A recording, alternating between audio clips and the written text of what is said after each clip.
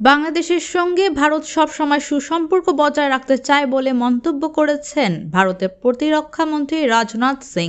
স্থানীয় সময় ৮ই মার্চ শনিবার বার্তা সংস্থা ইন্দো এশিয়ান নিউজ সার্ভিসকে দেওয়া এক বিশেষ সাক্ষাৎকারে একথা বলেন তিনি। আওয়ামী লীগ সরকারের পতনের পর ডক্টর ইউনূসের নেতৃত্বাধীন অন্তর্বর্তী সরকারের সঙ্গে ভারতের যোগাযোগ সম্পর্কে মতামত জানতে চাইলে রাজনাথ সিং বলেন, এর আগে গত ২৫শে ফেব্রুয়ারি বাংলাদেশের সঙ্গে প্রতিবেশী রাষ্ট্র ভারত কেমন সম্পর্ক চায় সেটি তাদের নির্ধারণ করা দরকার বলে মন্তব্য করেছেন অন্তর্বর্তী সরকারের পররাষ্ট্র উপদেষ্টা তৌহিদ হোসেন।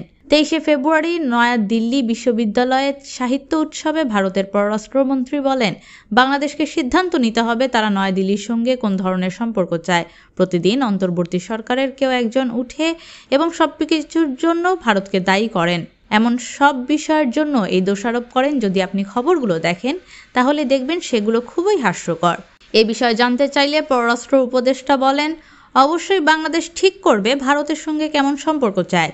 ভারতকেও ঠিক করতে হবে তারা বাংলাদেশের সঙ্গে কেমন সম্পর্ক চায়। এটি দুই পক্ষেরই বিষয়।